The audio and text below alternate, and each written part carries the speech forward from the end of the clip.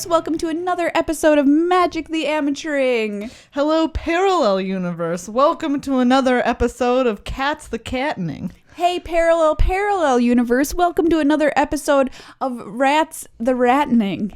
Hey, Parallel Universe. Welcome to another episode of Windows the Windowing. That is a boring-ass show. What? Windows are great. You would listen to an hour podcast about Windows? You would listen to an hour podcast about rats? If it was hosted by, you know, the rat that led the Teenage Mutant Ninja Turtles. I don't know that he was, I don't know that he counts. Why? Because he was so, he was articulate and he was, a master of, ninja. What are you talking about? I mean, you don't think all rats are masters of ninja? I know that that's not the correct word that I'm using right now. Splinter. His name was Splinter. I know what his name was. I forgot it. Oh. Well, that's fine. Listen. I wanted to call him Slasher and Scratcher. Not those right. are basically the same thing. Those are the reindeers. The names of the reindeer in the parallel universe. Uh-huh. That's like rats. That's like the Nightmare Before Christmas. Slasher and Scratcher and Splinter. So true. Quick question. Yes. What is the martial art that I'm thinking of? Judo. Is like if you're a teenage mutant ninja turtle. Karate. Like judo is what you know, or karate is what you know. Like Jiu-jitsu. what do you? You're just naming martial arts. Prowess. That's not a martial art. You tell that to the Jeskai clan. No, you're right. That's fair enough. I feel like they get prowess because they are martial artists. You don't think that prowess is the term for this? No, like prowess is +1 bitches. Prowess is like it's an adjective already. Yeah. So I believe that it's an adjective that you could achieve through the study of martial arts. Well, we're gonna have to turn to wizards on this one. Out there, let us know, is prowess or prowess? I'm putting the emphasis on the last syllable. Prowess, the term that you have prowess when you've a good karate master. This isn't a question that wizards would answer. This is like a question of the English language.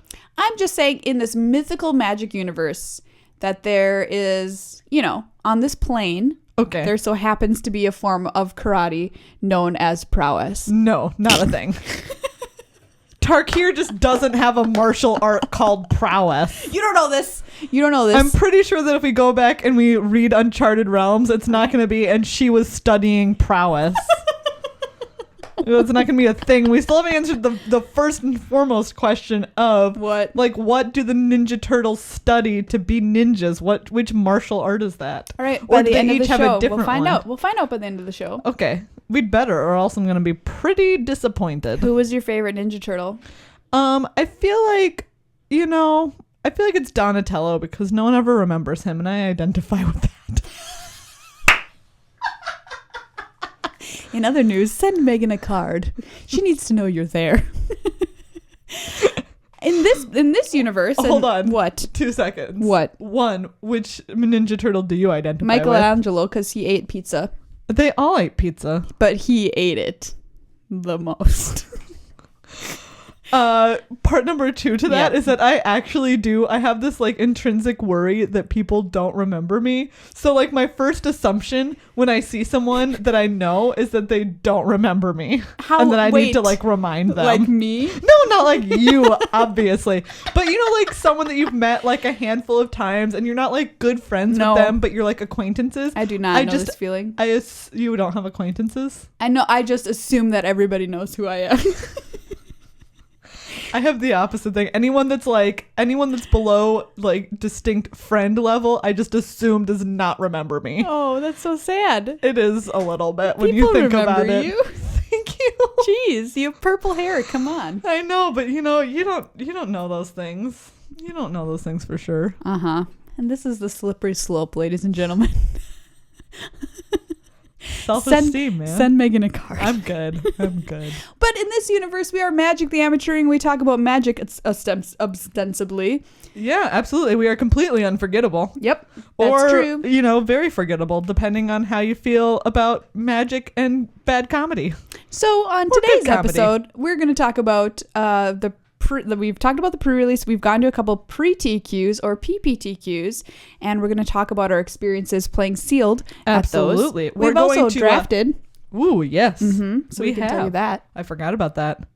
What were you going to say? I was going to say that we're also going to tackle the ever-looming question when a new sealed format comes along of, do I play or do I draw? Yeah. It's a new question every time. Same words, different question. We also had the first standard and modern events after the release of Oath of the Gatewatch. Yeah. And we can look at some of the possibly new decks that emerged. Ooh, yeah. Or some new cards that were additions to decks. Sweet. And we've got a pretty fun flavor text theater for you coming up later because we're going to play Pick, Lick, or Flick. Oh, yes. Yes. Yes. Also, if you're like, hey, I would love to listen to other people try their hand at flavor text theater, the sign-off of the last constructed resources is a original Ravnica flavor text theater of movie pitches. So go check it out. Yeah. Spoiler alert, all of the movies feature a main character named Marshall Sykes. That was my favorite part. Yes. Great job, Efro. Really top-notch work. So go check that out if you're like, hey, do you know what I need? More magic movie pitches. Before we start the show, I want to quickly point out that we've got some announcements here just to run down really fast. Ooh, what are those announcements? Announcement number 1, everybody. Okay. No. Meghan and I are writing for Daily MTG. Yes, we are. And that's not news. But there will be a new release of an article which I worked on this Friday, I believe, on Daily MTG. So go over there and check it out. It's about the first Friday Night Magic after Oath of the Gatewatch has been released. Sweet. So I look at some new decks, some fun decks you might want to try out if you're going to FNM. Take a gander at it this Friday, everybody. Put a lot of work into it, actually, and it nearly broke me. So read it. Thing number 2. In case you didn't know, we are on Tolarian Community College, and we've got video episodes of all of our podcasts up there now. We release a new episode every Tuesday in audio form, and every Friday, the professor releases one in video form on his channel. Yeah, he's a great guy. He's got other great videos, including Meghan. Yes. Kitchen Table Fables. Yes. It's a collaboration between the professor and our lovely friends over at the Command Zone. Yeah. It is fantastic. It's like incredible. So delightful. I watched all 3 of the ones that they've released multiple times. They're so good. Because I enjoyed them so much. And they're super short. They're like a minute and a half, 2 minutes. 2 minutes, and they're just really funny short little comedy sketches. Yeah. Edited by a professional editor, so no big deal. Looks great. Looks great. Sounds great. Really nice work, Josh. Yeah, so it's amazing. Go over there, check out Kitchen Table Fables. I think you're gonna like it. And of course, we do have our Patreon still up and running, and we are selling shirts on magictheamateuring.com. Our great Good Luck High Five shirts, soon to be joined by playmats. Ooh, I know. Special. I know. For the noobs, D or P? I think you mean draw or play. No, Meghan, I want to know what you prefer, D or P. I mean, I think I prefer pickles. Oh, that's exactly what I was insinuating. Yeah, you were saying dominoes or pickles, right? Yeah, dominoes or pickles. And I really like a good game of dominoes. Dominoes is great. Yeah, but I also like a good pickle. So, like, on a hamburger, I'm like a big pickle fan. I don't want any pickle anywhere near me. You don't? No. Really? Yeah. Not even on a burger? No. Not even like next to a sandwich? No. If it's next to a sandwich, it's got soggy ass pickle juice all over my sandwich or my chips, God forbid. That is disappointing. Get it out. No, it's fair enough. I like pickles on burgers. Just gonna put that out there. Anyway. Moving on. Draw or play is what we really meant. In draft, of course, the answer is you want to be on the play. Yes. And in, for the most part in constructed, you're basically always on the play. The one time when this ever really, I think, comes to a point of debate is in any new sealed format. Because there have been sealed formats in the past where people have very adamantly believed that you should probably choose to be on the draw, because you just get a little, incremental card advantage that way, and the format is slow enough and grindy enough that it's better to have the card than to have the little bit of tempo that being on the play grants you. So the reason that most people like being on the play when they're playing draft or playing in constructed is because the win percentage is actually higher if you choose to be on the play. Yes. I'm trying to remember how much what percentage higher it is, but it is not monumental. Not monumental. But incremental. But Yeah. And in a lot of formats it does the tempo is a little bit more of an advantage than the card. Sure. You have a very linear strategy in constructed formats. Like whatever your deck is doing, what your GD plan is. Yeah. And you're just trying to execute your plan. Correct. Whereas in sealed, it's a little bit more of it's like a nuanced business negotiation. with you, between you and your deck and your opponent and your opponent's deck. Yeah. Everyone's sitting down at the table and everyone's like, hey, what are we bringing to this game? There's a lot of wild cards here. So there you go. Meghan, this format, which we're in right now, Oath of the Gatewatch. Yeah.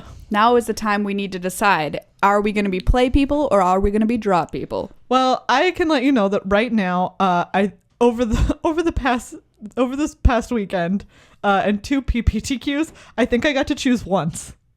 You are not good at rolling dice. No, or for the beginning one, I mean, for the initial, for the initial one, because I think I won 1 die roll, Meghan, across 11 rounds. How is that statistically possible? I mean, it happens. That's the way that it shakes out. True. It's 50% every time, and 10 out of 11 times I was on the losing end of that. Statistics are a fun and interesting thing, They are. Or they're a monster. Yeah. I mean, well, I'm sorry about that. Yeah, do you know what? At the same time, I hadn't made up my mind yet, so part of me was a little bit appreciative. I was just like, all right. Yeah. Let's and you know what? And I was going to say the interesting thing is that I think that my opponents were split. I did not hear one thing across the board. You didn't. I think it was skewed slightly more towards play. But I definitely had some people choose to draw. What is your feeling after playing 2 sealed events? Not counting the pre-release. Yeah, I think when I was offered the chance, I chose to play. Yep. I don't know that I was correct. Really? Why do you say that? Because I felt that a lot of times when I lost, that's not true. I felt like about 50% of the time that I lost, it was due to card advantage. And 50% of the time that I lost, it was due to tempo. Huh, interesting. That being said, the tempo games, I never felt like I had a chance of winning. Yeah, I understand that. Because I built some very grindy, very slow decks. And then people, when I got tempoed hard. Right.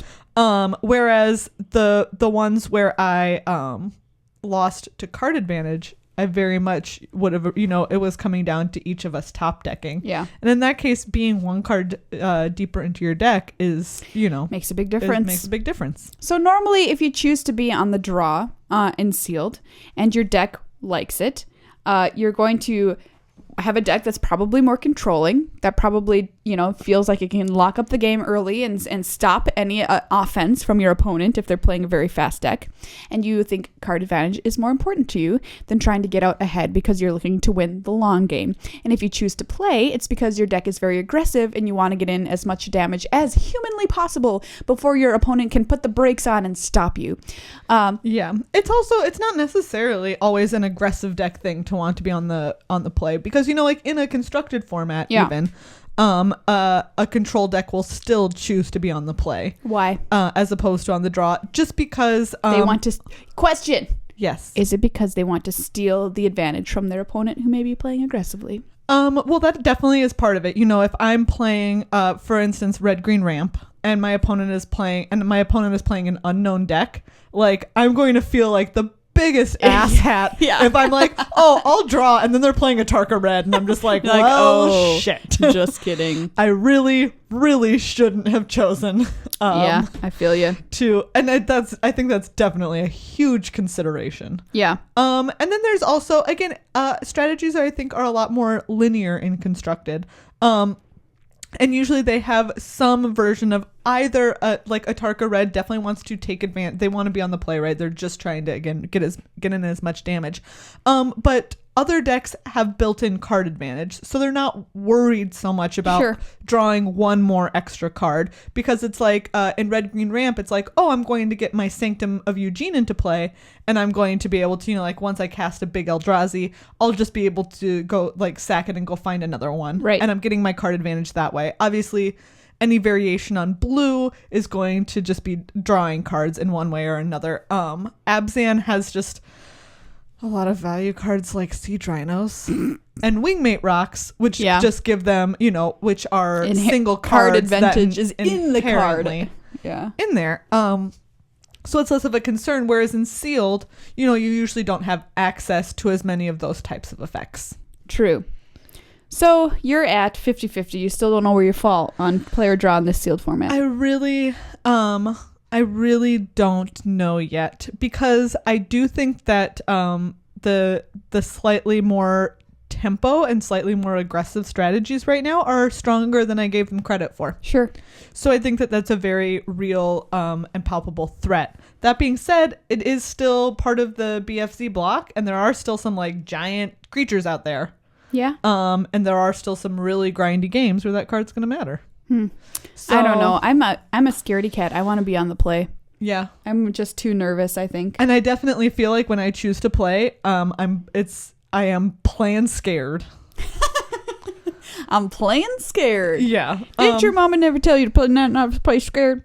Yeah. I do feel like 2 for 2 in this format are a little bit better than their counterparts in triple BFZ were. And that's definitely a factor.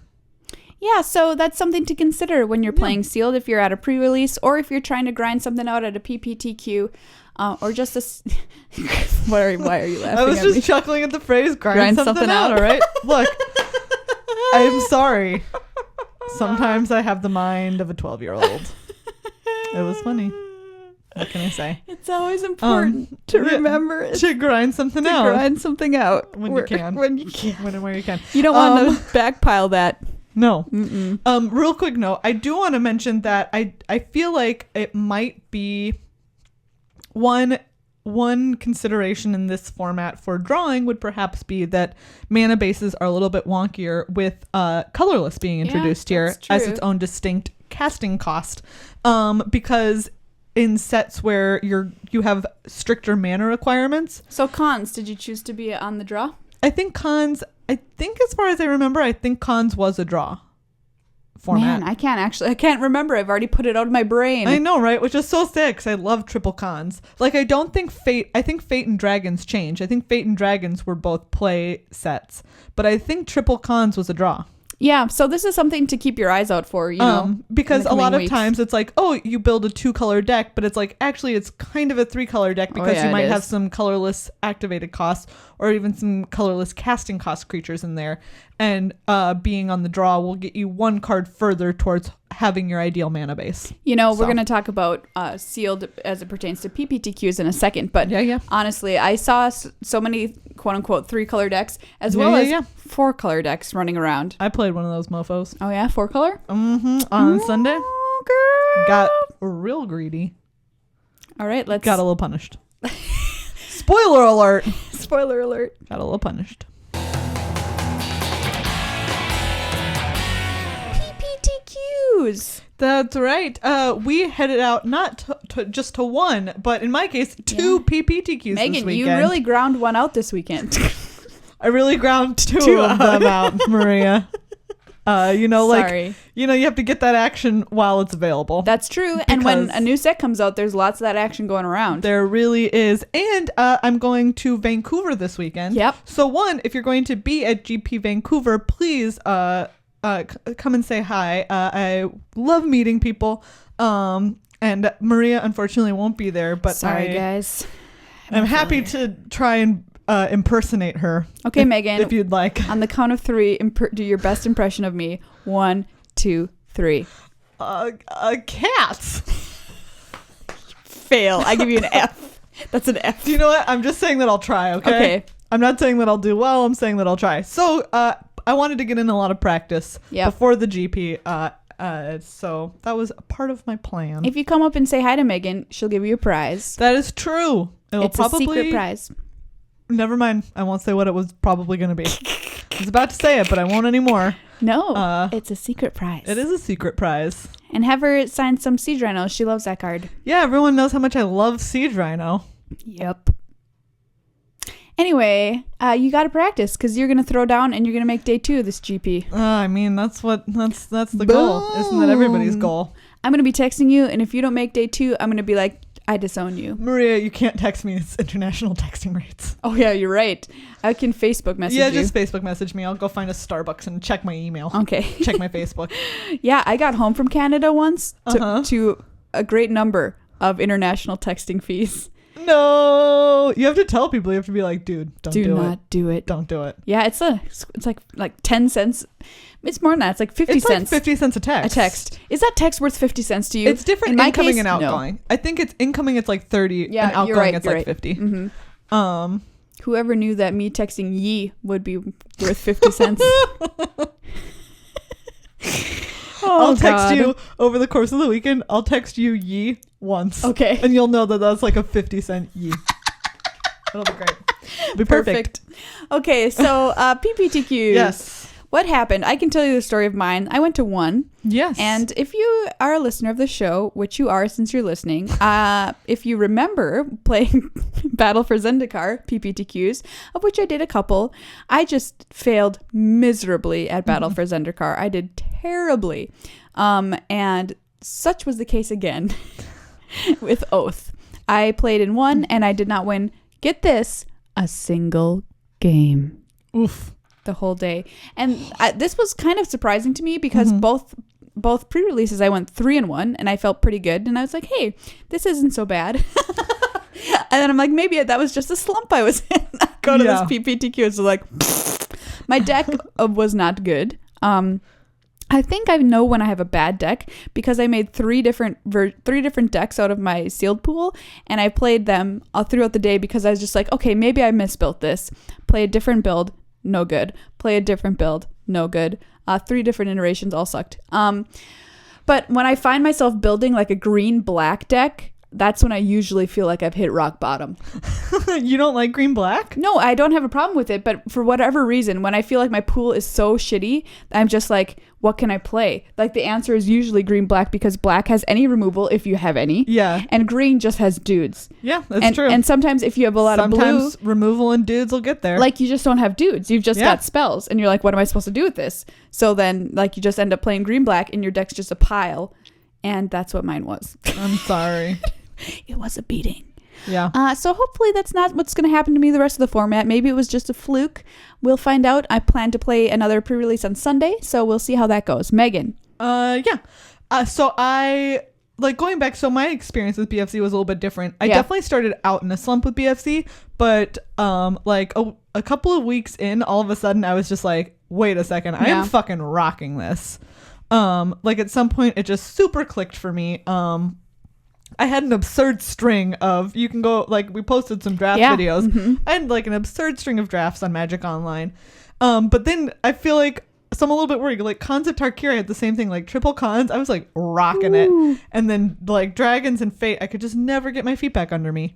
BFC rocking it. And OGW, which I always think of Original Gangsta Watch. Anyways, is, like, so far is proving a little bit tricky. You know, do you think it has to do with the trickiness of the mana base? Do you think it has to do with not knowing quite if you should be if a fast aggressive deck is viable or if you need to be more controlling? I think so far. So on Saturday, I went 1, 2, and 2. Wow. So that's 2 draws. Megan. Yeah, it was pretty pretty bad. And part of the problem was that, and I've done this before, when we did our draft this past week with some friends, I had the same thing, like no win cons. Yeah. Like I had an Endbringer, but that is so slow and so and it's one grindy. card. Yes. Also, I almost won. Oh my God. He killed me on turn 5. But I almost won the match 1-0 in games. Like Meghan. I won the first game and we almost didn't finish the second one, and he managed to kill me on turn 5 of the second game to tie it up so that we drew the round. Sometimes I make fun of Meghan for being a slow player, but I legitimately do think, now this is where we decided we were going to have a fight. Yeah. I legitimately do think that this format can be really slow and grindy. Yeah. And the reason I point to is that it's not that I don't think you can have a fast deck, because I was wrecked by a fast deck in Sealed. Yeah. But also, we played our draft and we were sitting there some of those rounds. I don't know how long they took. I think we started at like 8 o'clock. Yeah. And we got over past midnight. And we were not even done. We were not done, like actually done with our game. We were just like, scoop. So like, I think there is there is the potential for those black-white ally decks to either come at you fast or to be very, very slow. Like they have 4 toughness on their butt, that 3-drop that taps. Yeah. And 4 toughness in this format, that's where it's at, because a lot of the aggressive red cards have 3 power. Yeah. And what are they going to do? I do feel like, and this is where we disagree slightly, because I do think that it is faster than BFC. At least in my opinion. And I'm not saying that it's, across the board, every color pairing is faster, but I do feel like there is a place for, like specifically, like I got tempoed by red blue. I got tempoed by red green. I got tempoed by red black. How did you get tempoed by red blue? Red blue, I just got a lot of, sweep away. Oh, yeah, sweep away. That card's legit. And like a bunch of flyers. It was just like flyer, like sweep away. Like I try and race them, and it's like sweep away your guys. Well, red blue tempo deck is probably my favorite kind of deck to play, so that makes me excited. Yeah, the point is that it's not necessarily that they were super aggro and very fast, but they were a little bit more mid-rangey, but they were very successful. I was playing against these decks a lot of time, like a red green one in the 2-0 bracket. Those were both like the red green and the red blue both made top 8. Huh. And I think the red black one was like on just the cusp fast for making top 8. Interesting. And so they were actually viable strategies. Whereas I feel like at least I got very accustomed in BFC to being able to know that I was going to be able to sort of stabilize myself against those decks. Sure, I see what you're saying. Yeah, I don't know. I guess maybe the 4 toughness thing is just something that's just hitting me in the brain. Just like, I can just see myself putting together a sick red black deck, and then it's all these dumb little 2/4s sitting there tapping my dudes down, or sitting there with their big butts waving their butts in the air, and I'm just like, all I want to do is punch you in the face, and like, well, check out my butt, which is also what my Friday nights are like. Anyway, I can't even, there's nothing I can say about that. Okay, I mean, yeah, sure. All right. I don't know. I'm kind of interested to hear what people think about this. Yeah, absolutely. If you have a thought or an opinion on whether you think that the format has slowed down or sped up since BFC, absolutely let us know. So that was on Saturday. I built, I think, kind of like a blue-black with a touch of colorless control deck that again just like didn't have enough win conditions to get there. Yeah. A lot of the time. I also got Ulamogged round 1, which just wrecked me. And then I got Kozilek round 2. This sounds like a slow format that can cast those Eldrazi. Interesting. I was giving them the time is what I'm saying. That I gave them the time to cast those cards. Whereas I think against, I don't know that they necessarily, against a more tempo-y deck than mine, would have had the resources to survive. Yeah. Interesting. To cast those cards. And then you played on Sunday. Meghan, I gotta say something. What? You sound like a grinder. Do you know what? At least for one weekend I was. Yeah. Mm-hmm. And I'm going to a GP for a second weekend in a row. So at least right now, living up this lifestyle. Yeah. It's the end of January. What else is there to do? Grinder life. Here in Minnesota, nothing. You can either go outside and die of exposure, or you can play Magic. Those are your 2 options. That's your it. 2 goddamn options. Honestly. Yeah, so let's see. What deck did I build yesterday? Yesterday I built a That was yesterday? I'm gonna throw up. Oh. A black white control deck. Yeah. That again was just like a little short on win conditions. Theme. That's a theme for me. All right. Apparently. Somebody put a win con in Megan's pre-release. I mean, her PPTQ packs, please. I went 3-3, which was slightly better, and I started out 2-0 before getting just wrecked by this red-green deck. Yeah. Why was it so good? It just like sort of everything that it did applied pressure. And again, had lots of like disruption. It had lots of like. That's how I conduct a good interrogation. Lots of disruption. Apply pressure, and then disruption. I feel that's really creepy and sinister. You're right. It's technically illegal. Maria, what kind of illegal interrogations are you conducting? Megan, tell me more about this deck. Okay. What if I don't? Let's just say I've got a few tricks up my sleeve. So, anyways, this red-green deck, it just had a lot of really good uncommons. Stop being scared. Stop being scared. I'm not scared. Yeah, just sort of applied, some really solid pressure. And then it either removed my creatures with burn spells, or I got rolling thundered for 8 once. Well, that always feels good. That really was something. So yeah, and I think again my deck was just a little bit short on win conditions. It had a lot of excellent kill spells, so that was something. I want you to a creature. Tell me right now what's your like common, regular all-star that you've been seeing that you. Oblivion Strike, 100%. Well, Oblivion Strike, that card is grade A top choice meat. It's a common. And you're right, it is a common. It is great. It is Kills anything. Just fantastic. 4 mana, kill whatever you feel like. Did you play an Ulamog? Oh wait, just kidding, I killed it. Oblivion Strike. Sweep Away, we mentioned before, is a very good card. Really good. I've been usually it's sort of like bounce spells, right? You never quite feel like sometimes they're really good in some format or in some strategies or in some formats. Well, like in Theros, bounce was insanely good. But like Sweep Away, especially when they're like if they're trying to race by attacking you, the fact that it puts it on top of their deck is just sort of like, holy shit, man. Yeah, goodbye. Like that's really hard to come back from if you're racing. It super is. And I had somebody at the pre-release ask me, why is this a good card? And the answer is well, number one, you should always cast it only if you're being attacked. Like you don't really want to cast. I mean, you can cast it on something, but in my opinion, like if they play around it by not attacking you for a turn and you've left the mana open at their end step, I think you bounce. You might as well. Yeah. So the reason that it's good, especially if you can put it on top, is because it sets them back so much, especially if you bounce something big, and double especially if they cast something using some scions to ramp into that mana, since you're going to take that mana back away from them. They won't have it and won't be able to cast it the next turn. You've also stolen a draw step from them because they have to draw that creature again and play it again. I steal your draw step. I took it. And draw step is like, how much would you pay for a draw step?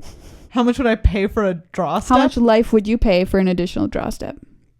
Oh my god. Wait, are we talking about like take an extra turn or just like draw another card? Great question. Or like take away your opponent's draw step. This is what it is. It's at the beginning of your draw step, you have another draw step. So you draw another card. So I just draw a card. You draw 2 cards.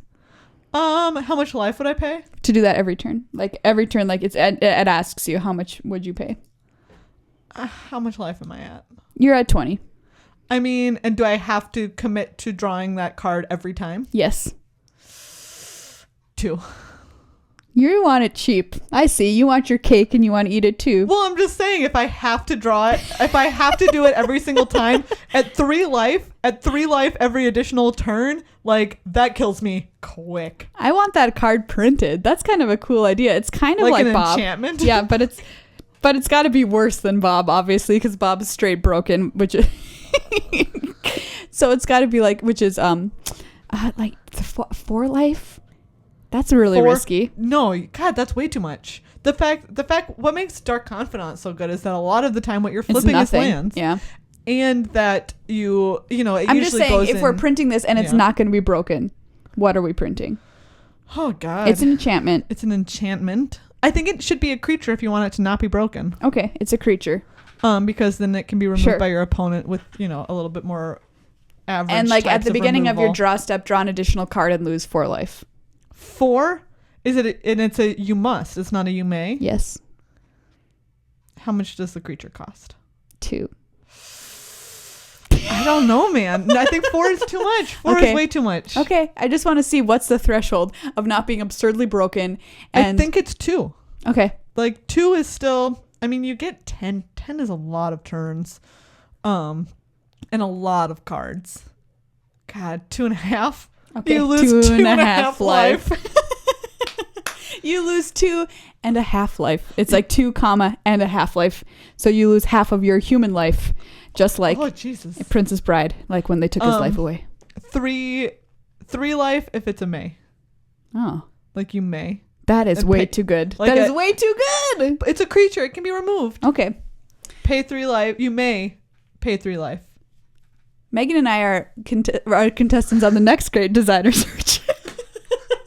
For Which we're conducting right here on the conducting show right now. Right now. which we will never actually be selected for if they were to ever do it Oh my again. God, no. Because they know we would just design Huey Lewis in the news Huey set. Lewis in the new set. What? That would be your set, and mine would be the breakfast Oh set. yeah, yours is a waffle set. Mine is the waffle set. Anyway, we got really off topic there, but I like designing Well, no, cards from time to time. Really good. Sweep away. I mean, sweep away is Yep. just a really, I mean, yeah, that card is quality. Play with it. I say wrecks if you're wondering about it, which some new players do, because if I was a new player, I would not understand why that card was any good. Yeah, Play with it and you'll see why it is. absolutely. That's really what you got to do. I didn't used to know why Dark Confidant was any good, aka Bob. I played with it in one game and I was like, oh, yeah, I understand. quite good. So there you go. Good. Did you have any cards that impressed you on Saturday? Sure. Well, there's this one that impressed me in draft more than in sealed, but it's a 1/4 vampire. Oh yeah, I do think that Vampire Envoy is quite a bit better than you would usually think of a 1/4 flyer for 3. When it taps, You gain a life. you gain a life and it Yeah. drains a life. Yeah. So No, it doesn't drain. you only gain? It's only a gain. Oh, I need to look them up. You now. can look it up, but I am correct. You did have this card, didn't you? But yeah, but it's great because also you can use it for all the cohort abilities, and then you're just because it's anytime that it becomes tapped. Oh yeah, it is just gain. Yeah, absolutely. Yeah, this card's just. I mean, it costs 2 and a black for a 1/4 flyer. Whenever it becomes tapped, you gain a life, and there's a lot of cards that synergize with something with either you gaining life, or like what's the synergy? That land that you can tap for mana, and then tap a creature for mana. Oh yeah. And then this becomes you get a mana Holdout and a settlement. life. Holdout settlement. Yeah. So anyway, I think that card's good. I really like Kozilek's Translator. Very that's good. the one the 3/5 for 5 that you can once a turn, pay a life and add a colorless, and you can do that on their turn also. So you can do it once on your turn and once on your opponent's turn, which is that card is a brick wall. It is, yeah, a 3/5. I was very happy with 3/5s in this format. I will say that. Yeah. I felt like a 3/5 for 5. A 3/5 for 5. I was like, I'll play this all day. I know. Funny. Seems like a very slow card. Anyway, moving on. I feel like you're pushing an agenda here. I feel like you have an agenda and you're pushing it. Yeah, that's probably true. Standard and modern corner. Just a standard modern corner. So there was an SCG Open this past weekend. Yeah. Where we got to see some sweet, sick new brews. Sort of. Well, no, that's true. We got to see some slightly retooled brews. After Oath of the Gatewatch. I'm sure this weekend there will be even more new brews out there. It was kind of hard to find some cards. Although this is a big limited weekend. It is a limited weekend. But not at Star City, but for the GP circuit. So the deck that came in first place was one that is not going to be a stranger. It's a Tarka Red. Go F yourself, a Tarka Red. With no new cards. I don't think. A Tarka Red. I gotta check. Yeah. Nope. Nope. Yep. And then, but in second place was a something mono new. green Eldrazi deck. Yeah, by Chris Brickley. Yes, which I was Bricky. very interested to see that. One of the things that I personally am very excited for, having played Red Green Ramp for a couple of months now, is Kozilek's return. Yeah. So mono green, obviously he did excellently with it. But for me, I was wait a second. Yeah. I want red in there still, so that we can deal 2 to everything and then deal 5 to everything. And I think LSV has a build of this very similar, which was on Daily MTG, which did include Kozilek's return in it. Yeah. So yeah, this deck got second place. It's really cool. It just plays a lot of ramp, including explosive vegetation, which you only play if you're being serious about your ramp. Mm-hmm. And then we've got huge planeswalkers. I mean, not planeswalkers. It's Eldrazi, Ulamog. You do have huge planeswalkers. This plays Eugene, right? And Eugene, yep. Yep. It also plays Thought Knot Seer, which is kind of like the all-star new card coming out of Oath of the Gatewatch. Do you know what? I also have to say that in Limited, that card wrecked me. That card's insane, period. Yeah, it was just so good. It's like, oh, you took my best card, and you also just got a 4/4 for 4. Yeah.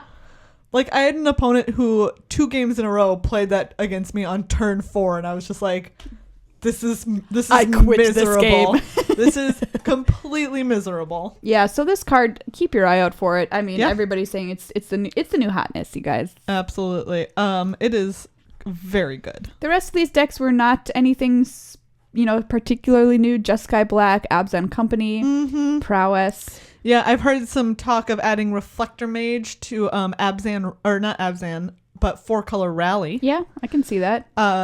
Bounce some things, make your opponent unable to cast them even next turn. There was an interesting question today. Yep. Where was it? Was it on Reddit where people were asking about Reflector Mage and Morph? Yes. Yeah. Mm-hmm. So just as a quick question, if you were wondering, if a Reflector Mage bounces a Morph, can the opponent replay it? And it's like, yes. Morphs have no name. Morphs. Well, I came to this town on a morph with no name. Same goes if you say play a Reflector Mage and bounce their Den Protector. Don't do it. That card is Value Town. And they can recast it face down because, again, when you're casting it, the spell is seen as having no name. Right. There was also a Modern tournament. Yes, there was. And people were especially interested in this because of the recent bans. So you're not going to see Splinter Twin on this list. You're not going to see... You're not going to see Amulet Bloom. We've got Jeskai Control coming in first. Teamer Delver was up. Was also says first. And then there's Grixis Control up there. Yep. So we know that Red-Blue...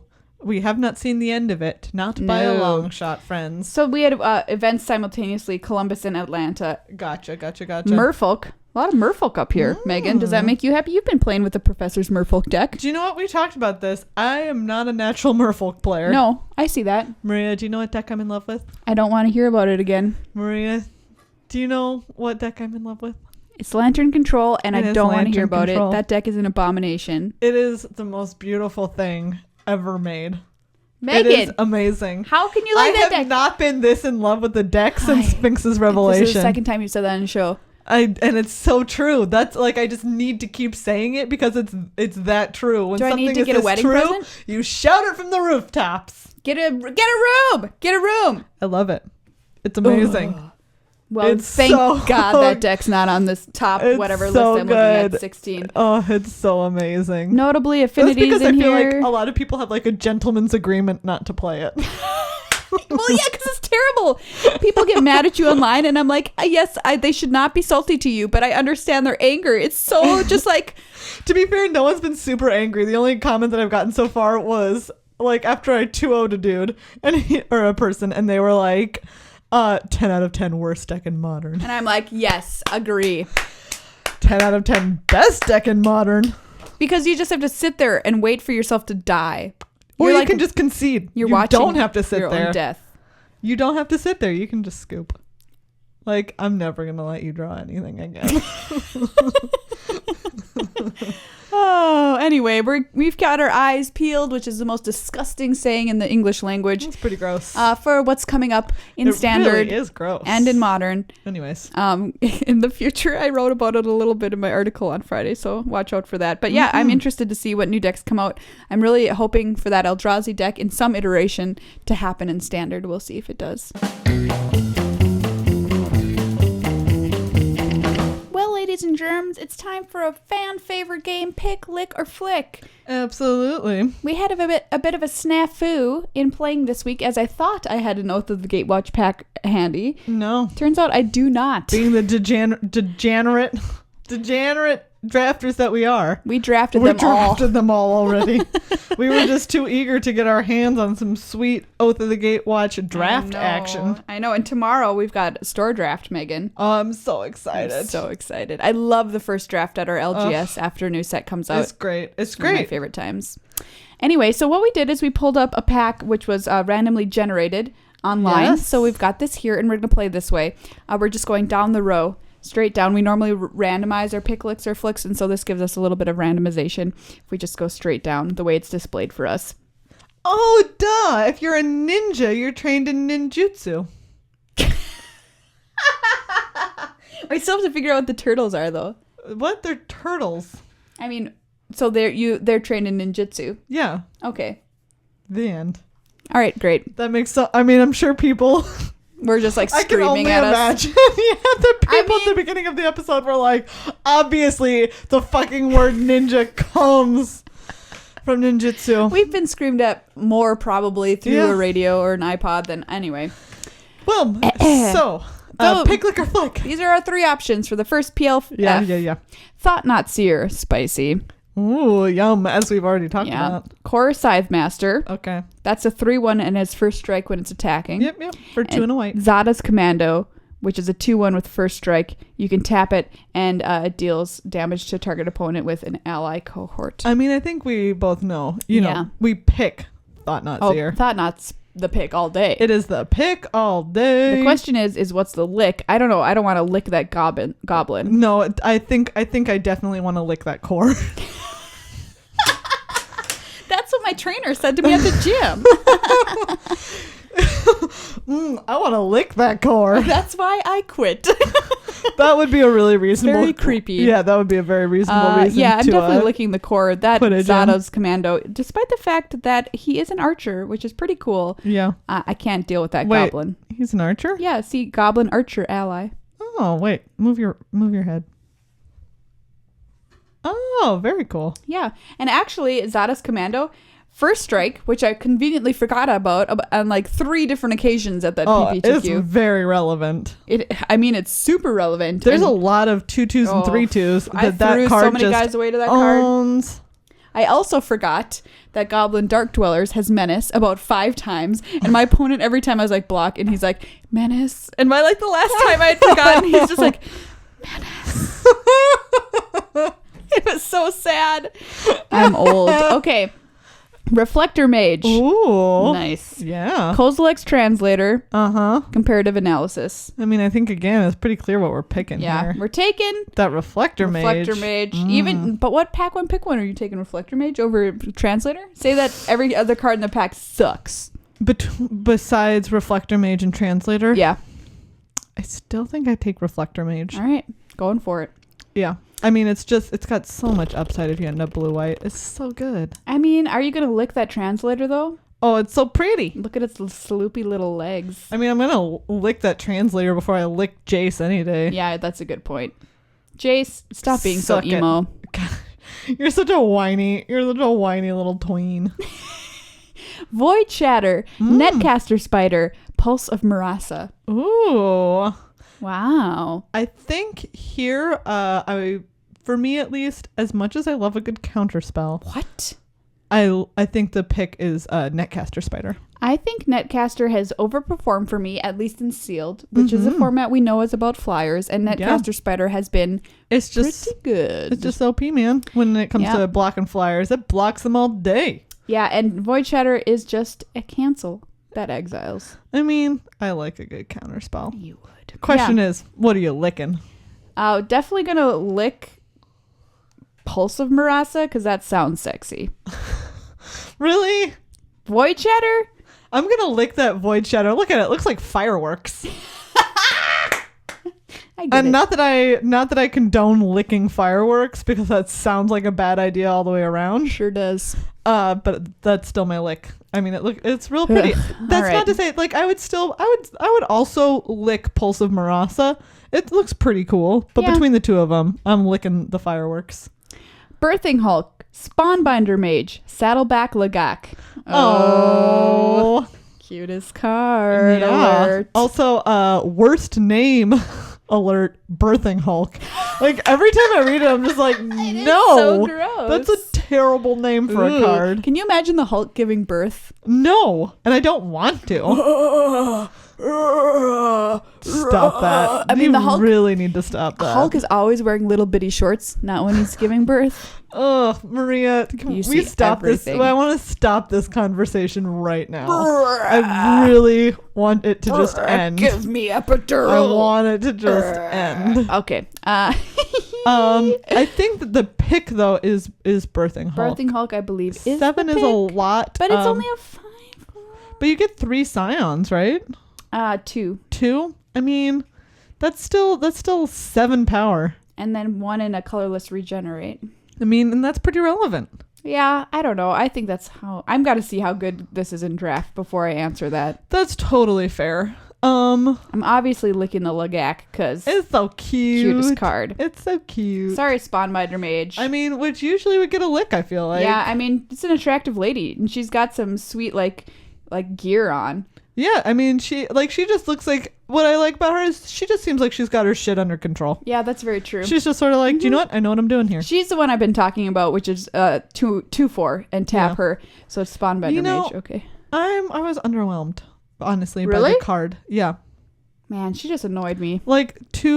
Tapping 2 creatures to tap 1 is sort of like you need to have like board presence advantage over them already. You do. For that to be worthwhile. Yeah, I think this is the kind of game that I don't want to play, which is messing around and just tapping all of my opponent's dudes forever and playing grindy games. It's not my style, but I mean, I guess some people are really into that and just putting up big walls and then like tapping everybody and just not winning ever. Okay. Finally, we have Mauve Kozilek, which is the 2/5, and then Eldrazi Aggressor, which has haste as long as you control another colorless creature, and a forest. I'm definitely picking the Maw here. Maw of Kozilek is an amazing card. It's just very good. For colorless, you can pump it +2/-2 until end of turn. My opponents, even when they didn't have colorless out, it's just like, it's so hard to block. Yep, it absolutely is. And it's so hard to attack into. Like, either one that you're doing, I didn't play red in either of my events, and every time someone played red and played that card, I was just like, shit. Yeah, I agree. Like, It's a real groaner. This is the worst. And you know something? Say they don't have anybody down. You can attack them for 6 if you have 2 waste out. I mean, that's a lot of wastes, but I get what you're saying. It is, but I mean, the potential is there. It totally is. It's a 4-drop. It's not a 5-drop, which it certainly isn't. Eldrazi Aggressor really comes at you out of nowhere, so be aware. Yeah, but it's a 2/3, which I'm 2/3. underwhelmed with. Who cares? It should be a 3/2. It should be a 3/2. I agree with that ability. And this forest is amazing. Of course, it's. I mean, although the art on that aggressor is also pretty cool. Yeah, it really is. Kozilek's Translator. I love the art. I love the art on Thought-Knot Seer. Yeah, I'm gonna lick that forest though. That forest is great. Yeah, I'll lick that forest too. I'll lick a tree any day. So in college, I had a radio show and we had to play like little PSAs as breaks. And one of the PSAs was like, plant a tree for you tomorrow. Plant a tree. And the end of it was like, plant a tree for all the world to share. And I was always like, ugh, and it would get in my head for days. I still remember the tune, obviously. That's incredible, so you just actually. said, lick a tree, and I was just like, oh my God. And it sent me back to college. I had a bluegrass radio show. For you tomorrow. Lick a tree. Yep. Anyway, it was the bluegrass radio show. Anyways. It was great. Anyway, yeah. I love the new art. Kozilek's Brood are very pretty. Yeah, I agree. Rainbow connection, everyone. Less sloopy. Less sloopy. Less sloopy than more Ulamog. rainbowy. Thought-Knot Seer's not sloopy at all. No. It's crusty, really. Oh, that's not an improvement. Well, everybody, that's our show. Thanks for viewing / listening to our face holes. And you know what? Come back again next week because we're going to be here and Megan's going to tell us all about GP Vancouver. Absolutely, I will, unless I choose to keep it a secret. How in which case, could you? Go fuck yourself. Megan, don't do it to us. No, I'll probably tell you about it. I'll Okay, tell you. good. And I will tell you all about what I do, which is probably going to be knitting. What? And You're going to go to a PPTQ? oh, yeah, that's right. I'll knit at that PPTQ. Fair Just enough. you wait and see. Last time I went to that PPTQ at that store, Air Traffic, in Maple Grove, I came home with a rubber chicken. So Oh, that's right. we'll see what happens this time. Who knows? Yeah, so like we said before, check out this video version of this podcast on Tulare Community College on Friday. It's going to be there in all its glory, as well as all the professors' other videos and those new ones from the Command Zone, which are very funny. And Megan, you wrote a script or helped write a script for Yes, for an upcoming office hours, but it's not posted yet. Okay, we so will let stay you know when tuned. it's posted. I very much enjoyed writing it. Yeah, it's going to be really funny. So it's going to be great. I've seen some pictures from it, you guys. Get hyped. It's sweet. Yeah, and as we mentioned, Patreon, we would love it if you would support the show on patreon.com/MTAcast. We consider everyone who's a patron part of our listener family, and it means a lot to us that you support the show and that it gives something to you every week. It's also a good way to know that we're doing a good job and that you appreciate what we do and that you want us to do more of it. We have rewards for every single level of donation, as well as at our website, magicthemattering.com. Come buy us a t-shirt. Pretty soon we're going to have new sizes up there, as well as playmats for sale. Sweet. So get in on the ground floor if you want to look cool for the next GP you attend. Get a good luck high five shirt, and chances are you'll be the coolest cat there at the GP. You know what I mean? Yeah, man. That's what I think. Remember, if you're at GP Vancouver, please come say hi. Yeah. I'll be the person with purple hair, probably dressed like a jazzercising grandpa.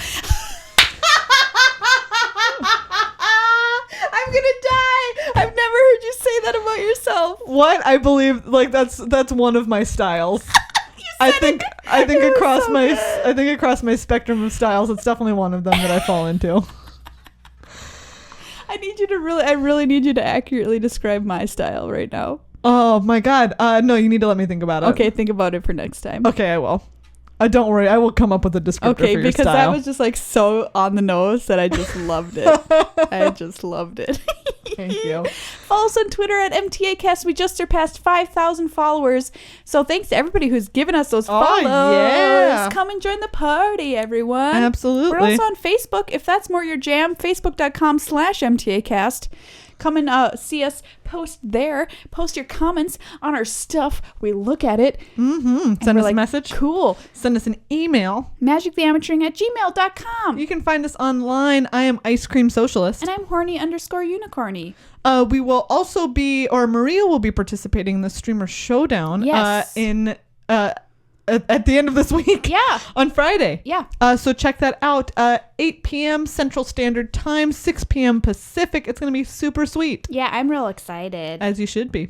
Thanks. NP. NP. Everybody out there, have a great week. And remember to smile.